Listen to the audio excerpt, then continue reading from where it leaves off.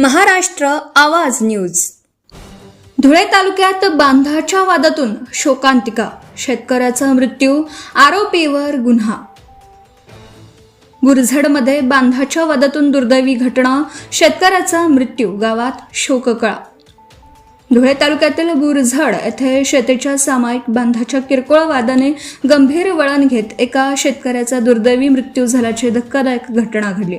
2 शेतकऱ्यांमध्ये झालेल्या शाब्दिक वादाचं रूपांतर धक्काबुक्कीपर्यंत गेल्याने एक शेतकरी खाली पडून गंभीर जखमी झाला. उपचारासाठी ग्रामीण रुग्णालयात दाखल केल्यानंतर वैद्यकीय अधिकाऱ्यांनी त्यांना मृत घोषित केला.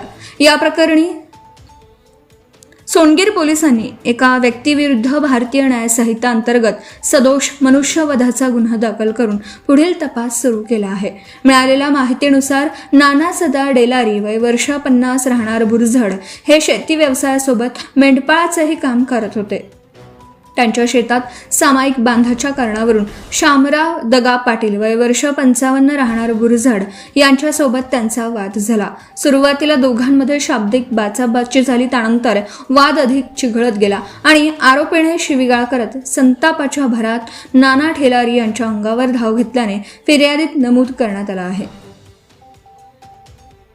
या धक्काबुक्कीत नाना ठेलारी यांचा तोल जाऊन ते खाली कोसळले. गंभीर दुखापत झाल्याने त्यांना तातडीने उपचारासाठी ग्रामीण रुग्णालयात हलवण्यात आलं. मात्र तपासणी अंती डॉक्टरांनी त्यांना मृत घोषित केला. या घटनेमुळे बुरझड परिसरात हळहळ व्यक्त होत असून शेतीच्या किरकोळ वादातून एका कुटुंबाचा कर्ता पुरुष गमावल्याने गावात शोककळा पसरली.